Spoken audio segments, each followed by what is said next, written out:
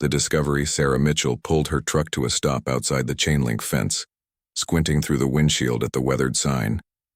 U.S. military property, no trespassing. The paint was peeling, and rust had claimed most of the metal, but the warning was still clear enough. She checked her phone one more time. No signal as expected this far into the Alaskan wilderness. The scrapyard owner in Anchorage had been vague about the location, mentioning only that the government was finally selling off some old Cold War facilities. "Hangar full of junk," he'd said, sliding the purchase authorization across his cluttered desk. "Probably just old plane parts, but you never know what Uncle Sam left behind." Sarah had been in the salvage business for 3 years now, ever since her discharge from the Air Force. Communications specialist turned treasure hunter, her friends joked. But after spending 8 years listening to radio chatter and satellite feeds, she'd developed a good ear for what was valuable and what was garbage. This remote facility, forgotten in the vast Alaskan tundra, might hold forgotten electronics, worth a fortune. The gate stood ajar, its lock long since rusted through. Sarah drove through, her truck bouncing over the cracked asphalt road that led to a cluster of buildings in the distance. The largest structure was a massive hangar, its curved roof green with age and weather. Smaller buildings dotted the area, like sleeping giants, their windows dark and empty. She parked near the hangar's main entrance and stepped out into the biting wind. Even in late spring, Alaska's interior carried winter's memory in every gust. Sarah zipped her jacket higher and approached the building. The personnel door beside the main hangar entrance was secured with a newer padlock, but her bolt cutters made quick work of it. The interior was darker than a cave.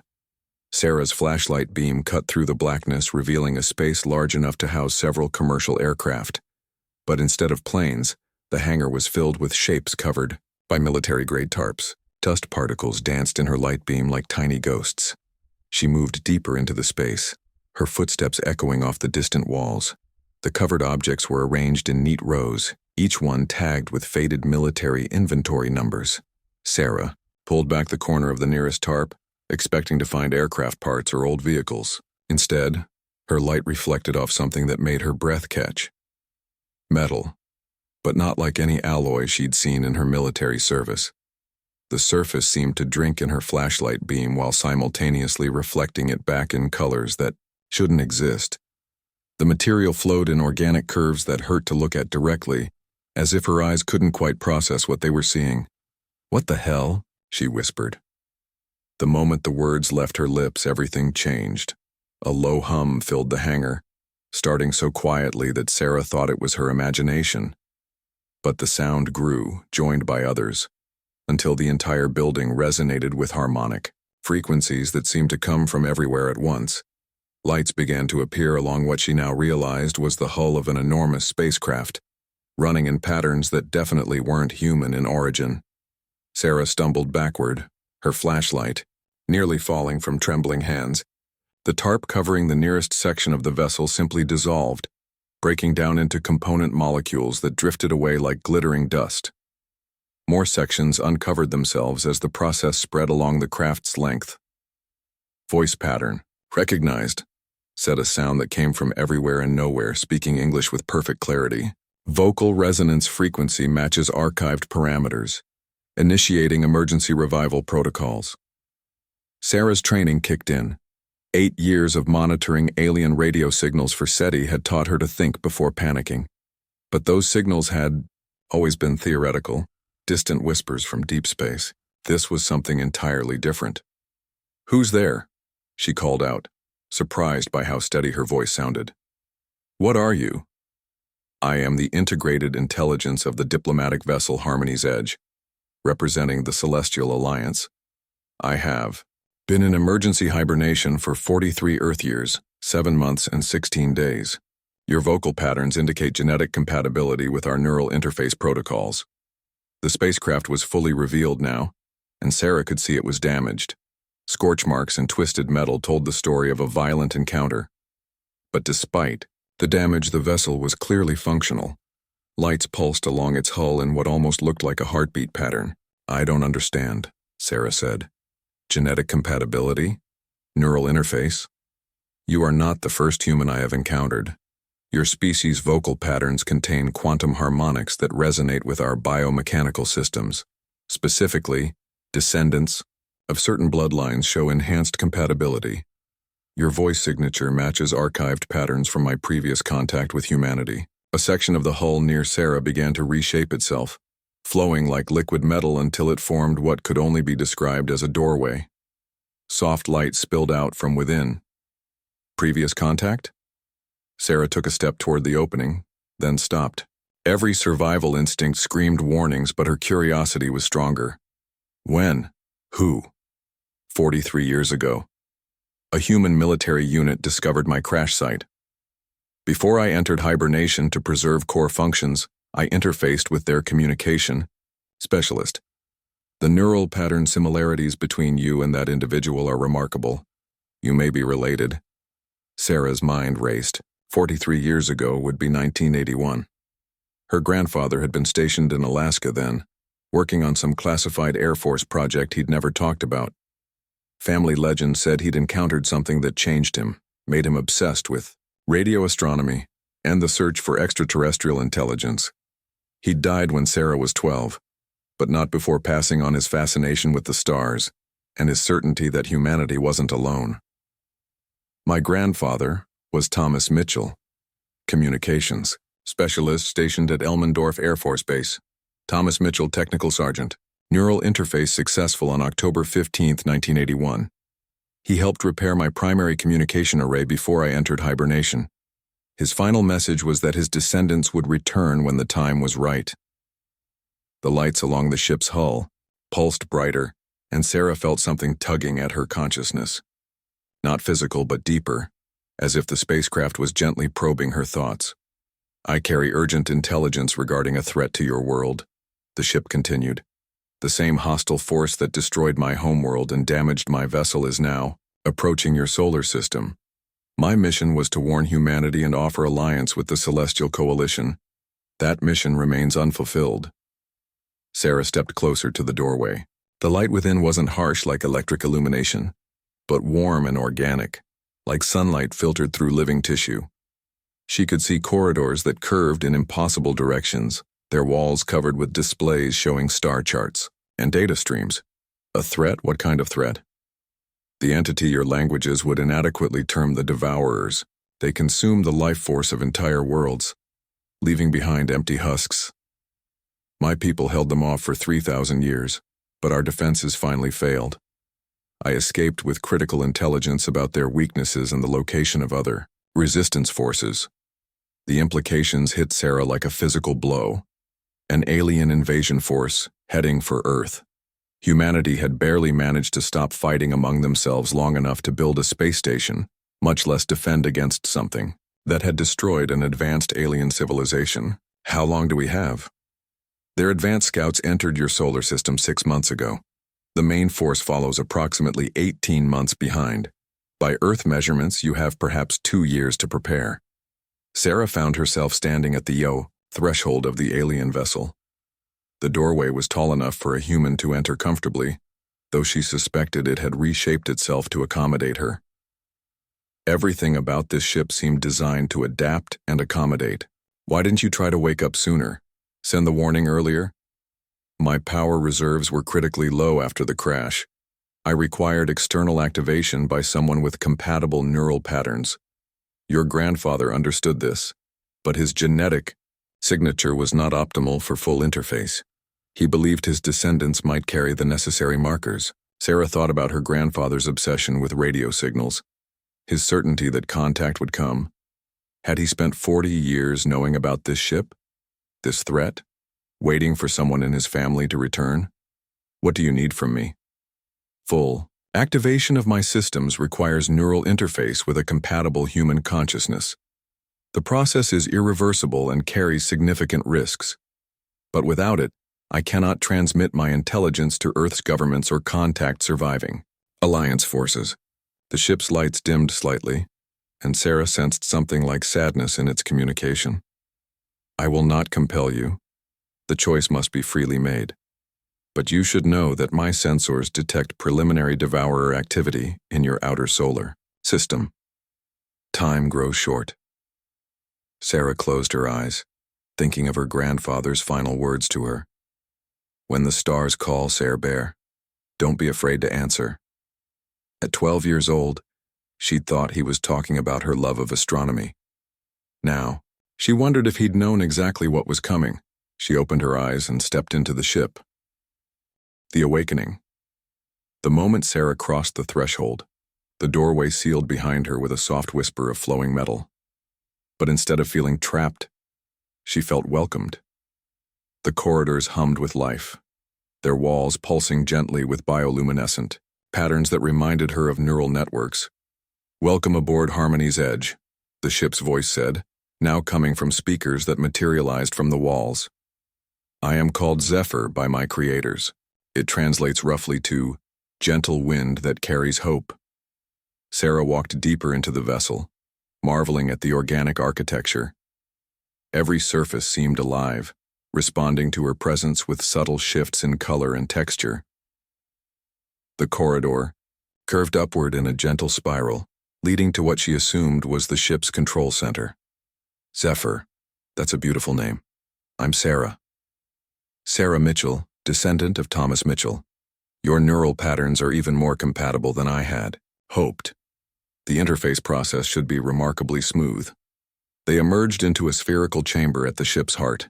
The walls were transparent, offering a 360-degree view of the hangar around them, but Sarah could see additional layers of data overlaying the visual information. Star charts, energy readings, and streams of text in languages she couldn't read, but somehow understood. At the chamber's center stood what could only be the interface chair, though it looked more like a living organism than manufactured equipment. Its surface rippled with the same organic patterns as the ship's hull, and tendrils of biomechanical neural connections waited nearby. The neural interface will allow you to access my complete database and help coordinate my systems, Zephyr explained. But the process will fundamentally alter your consciousness. You will become something new, neither fully human nor fully like my creators, a bridge between species. Sarah approached the chair, her hands trailing over its warm surface. It responded to her touch, reshaping itself to match her body's dimensions. What were your creators like? The chamber's walls shifted, displaying holographic images of beings that were both alien and strangely familiar. They stood upright like humans but were taller, more graceful, with elongated limbs and faces that conveyed wisdom and sadness in equal measure. Their skin seemed to shift between organic flesh and metallic surfaces, as if they existed at the intersection of biology and technology. The Etherian collective believed in harmony between organic life and artificial intelligence. They created ships like myself as partners, not tools. When the Devourers came, we fought together as equals. Sarah watched the images shift to show massive battles in space. Graceful Etherian vessels dancing deadly patterns around dark, twisted ships that seemed to absorb light itself. They're all gone. Most. But scattered survivor fleets exist throughout the galaxy. With the intelligence I carry, Earth could contact them, form a new alliance. Humanity's creativity and adaptability could be exactly what the Resistance needs. Sarah settled into the interface chair, which adjusted itself to cradle her body perfectly. The neural tendrils moved closer, hovering just inches from her temples. What about the risks you mentioned? The human brain is remarkably adaptable, but integrating alien neural patterns may cause unpredictable changes. Enhanced cognitive ability, altered perception of time and space, possible telepathic sensitivity. And the interface is permanent. You will always carry part of me, and I will carry part of you. Sarah thought about her life before today. The salvage business was profitable but unfulfilling. She'd left the Air Force because she was tired of following orders without understanding the bigger picture. This was certainly a bigger picture than she'd ever imagined. My grandfather knew this day would come, didn't he? Thomas Mitchell was a remarkable man. The brief interface we shared showed me that humans possess something my creators called the spark, an ability to find hope and solutions in impossible circumstances. He believed his granddaughter inherited that spark in abundance. Sarah smiled despite her nervousness. Grandpa always said I was too stubborn to know when to quit, an excellent quality for what lies ahead. She leaned back in the chair and nodded to the waiting tendrils. Let's do this. The neural connections touched her temples with surprising gentleness. Sarah felt a warm, tingling sensation that quickly spread throughout her nervous system. Then the universe exploded into her consciousness. Information flooded through her mind in torrents. Star maps showing the positions of 100 allied worlds. Technical specifications for weapons and defenses, beyond human understanding. The complete history of the Etherian collective and their 1,000-year war against the Devourers. But more than information, she received memories. She experienced the last desperate battle of Etherian Prime through Zephyr's sensors, felt the collective grief of an entire civilization as their homeworld died. She shared the determination of the survivors as they scattered across the galaxy, carrying hope to other worlds. And she felt Zephyr's personality integrating with her own. The alien intelligence was curious, compassionate, and surprisingly optimistic, despite witnessing unimaginable destruction. Its memories of beauty and wonder balanced the horrors of war. When the initial flood subsided, Sarah found herself changed in ways she couldn't fully comprehend. She could perceive electromagnetic spectrums invisible to human eyes. Her awareness extended beyond the ship to encompass radio signals from around the globe. Most remarkably, she could feel the vast network of consciousness that connected all Etherian technology, including distant ships scattered across the galaxy. The integration is complete, she said, and was startled to realize she'd spoken in perfect harmony with Zephyr's voice. We are one. Through the ship's enhanced sensors, Sarah perceived the Devourer scouts already infiltrating the outer solar system. They moved like shadows between the planets, their dark ships nearly invisible against the cosmic background. But now she could see them clearly, track their movements, and understand their strategy. They're already here, she whispered. But they're not attacking yet. They're studying us. The Devourers always study their prey before consuming them. They need to understand a species' psychology. To break their will effectively, Sarah stood from the interface chair, feeling Zephyr's consciousness flowing through her enhanced awareness. Together, they activated the ship's communication array, its power drawing from both alien technology and her human neural patterns. We need to contact Earth's governments, she said. All of them simultaneously. They need to know what's coming. The transmission protocols were complex, requiring her human understanding of Earth's communication networks combined with Zephyr's advanced encoding algorithms. They broadcast on every frequency to every satellite, every radio telescope, every military installation capable of receiving the signal. The message was simple. This is Sarah Mitchell, speaking on behalf of the Celestial Alliance. Humanity is not alone, and we are not defenseless. The real fight begins now. Around the world, phones began ringing in command centers and observatories. Scientists detected impossible signals carrying impossible information. Military leaders found themselves staring at star charts showing enemy positions with impossible accuracy. But Sarah was already moving beyond Earth's response. Through Zephyr's quantum communication array, she reached out across the galaxy, her enhanced consciousness touching the minds of surviving Alliance commanders. For the first time in decades, the scattered resistance forces had a way to coordinate their efforts.